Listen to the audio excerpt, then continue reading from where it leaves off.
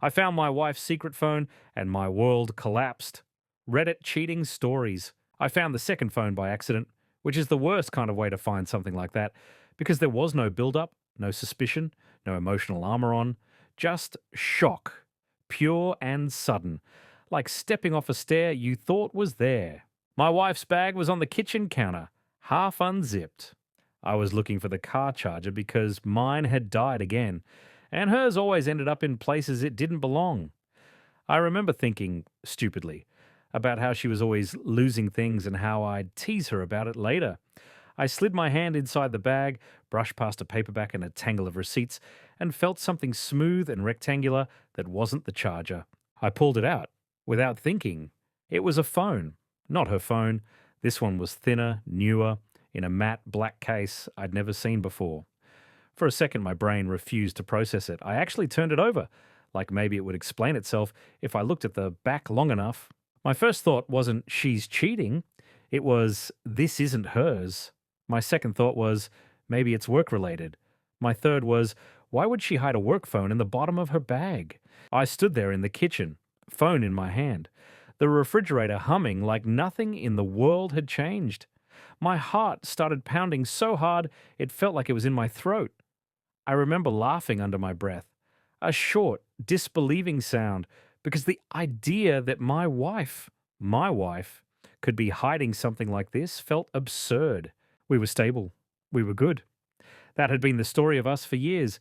The phone lit up when I accidentally pressed the side button. No lock screen photo. No notifications. Just the time and a plain background. My hands were shaking now, and I hated that about myself. I hated that I was already scared, already bracing, when nothing had technically been confirmed. I didn't unlock it. I didn't know the code. In some ways, that made it worse. The mystery sat there in my palm, heavy and undeniable. I put it back exactly where I'd found it, like returning a snake to tall grass and pretending you hadn't seen it. Then I sat down at the kitchen table and stared at my hands until they stopped shaking. We had been married for 11 years. 11 years of shared calendars, inside jokes, quiet routines. 11 years of believing, truly believing, that if there was one thing we didn't have to worry about, it was infidelity. We weren't dramatic. We weren't volatile. We talked things through. We chose each other in all the boring, daily ways that I'd always thought mattered more than passion. When she came home an hour later, I kissed her hello like I always did. She smiled, asked how my day was, complained about traffic. Her bag went back onto the counter.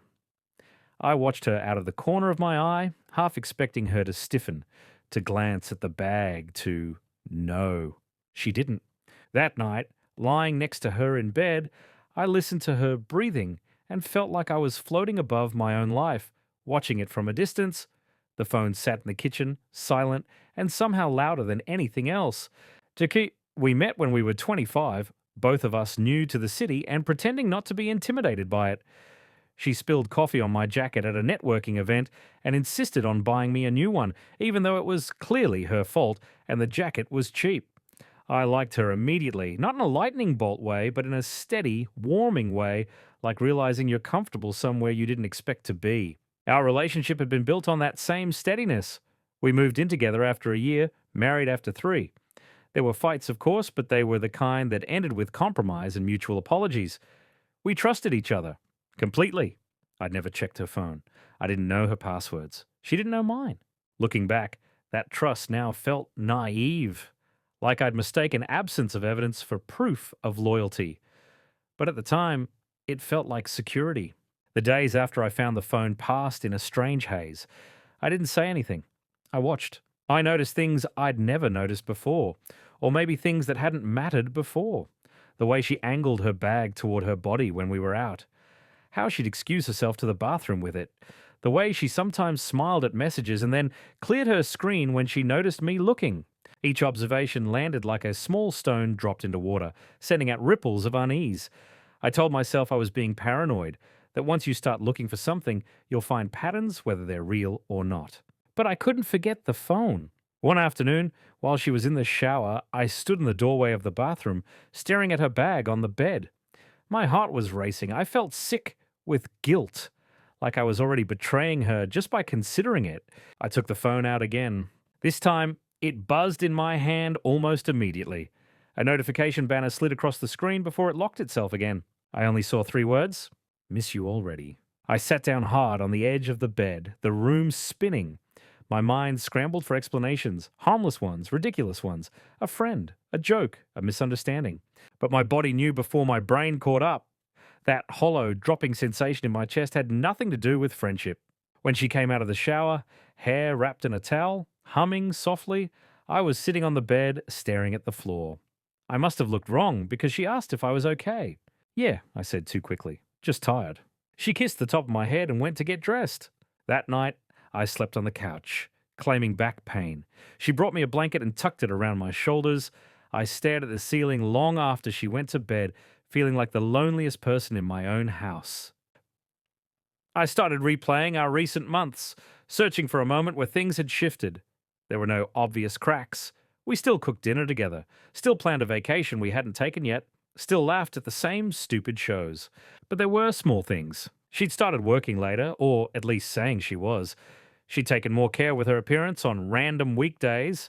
She seemed distracted sometimes, like part of her attention was always elsewhere. I wondered how long it had been going on. I wondered how many times she'd sat across from me at dinner while someone else occupied her thoughts. I wondered if she felt guilty or if this second life had become normal to her. I didn't confront her right away because I didn't know how. I was afraid that once I said it out loud, everything would become real and irreversible. As long as I stayed quiet, there was a thin illusion of normalcy I could cling to. But silence has a way of isolating you. I carried this knowledge alone, and it changed the texture of everything. Her laughter felt sharper. Her kindness felt heavier. Every I love you landed with a dull ache instead of comfort. One evening, as we were washing dishes together, she bumped her hip against mine like she always did. It was a small, familiar gesture, and it broke something in me. "Can I ask you something?" I said. She turned off the faucet, looked at me. "Of course." My mouth was dry. The words felt fragile, like if I handled them wrong, they'd shatter. "Is there anything you want to tell me?" Her expression didn't change right away. Then she frowned, just slightly. "About what?" "About us." She studied my face for a long moment. I saw calculation there. Not panic, not guilt exactly, but assessment. Measuring. "No," she said finally. "Why?" I nodded like that settled it. No reason. But the distance between us widened. Invisible and immense. That was the moment I understood. Whatever was happening, she was choosing not to tell me. And I was choosing, for now, to let her. That night, lying awake beside her, I made a quiet decision. I wouldn't beg. I wouldn't explode. I would find my way through this with my dignity intact, even if I didn't yet know what that would look like. The second phone was still hidden in her bag, and my marriage, the one I thought I knew, was already something else entirely. The days stretched on like thin ice. I went to work, I came home, I talked, I laughed, I kissed her on the cheek. All the motions of our life together remained intact, and yet everything felt hollow, as if I were moving through a house that was no longer mine. I started noticing her more in ways I hadn't before. Small things, a text notification buzzing from her locked phone, the way she tucked her hair behind her ear when she was thinking, the slight tightening of her shoulders when a call came in. I felt like I was seeing her in fragments, a puzzle whose picture I didn't recognize. There were flashbacks that haunted me. The first time she held my hand in the park, her fingers warm and sure. Our wedding day, standing at the altar, smiling at each other while everyone clapped. The first apartment we shared, the kitchen tiny but full of laughter. I remembered the night she stayed up with me when I was sick, feeding me soup and whispering nonsense to make me laugh. Every memory had been a brick in the wall I thought made us indestructible. And now each brick seemed fragile, as if the cement between them had dried too quickly and crumbled. I caught myself checking her social media, careful, subtle, pretending it was curiosity about a shared friend. And I noticed the faint patterns, interactions with one particular person that seemed unnecessary, slightly intimate in tone, even in emojis. I hated myself for noticing. I hated myself for not looking away. One Saturday afternoon, she asked me to help her reorganize the guest room. The house was quiet, sun spilling through the windows. I tried to act normal, but every movement of hers felt charged with meaning I wasn't supposed to interpret. I lifted boxes, sorted old photo albums, while inside I was counting the ways she might be lying. She paused in front of a stack of books. Do you remember this one? She asked, holding up a battered copy of Pride and Prejudice. I do, I said, smiling faintly. We read it together on that rainy weekend in Vermont. Her smile faltered just slightly. Something in her expression was defensive but subtle, a flicker I almost missed. Later that evening, she cooked dinner. We ate at the small table in the dining room. The conversation was light, casual. I said nothing about the phone. She said nothing either. I wondered if she knew I knew. The thought was unbearable, like holding a live wire in my chest. I began sleeping less, walking through the house in the early hours when she was asleep, staring at her bag as if it held the answers. Every time I opened it, I'd feel that same sharp pulse of disbelief.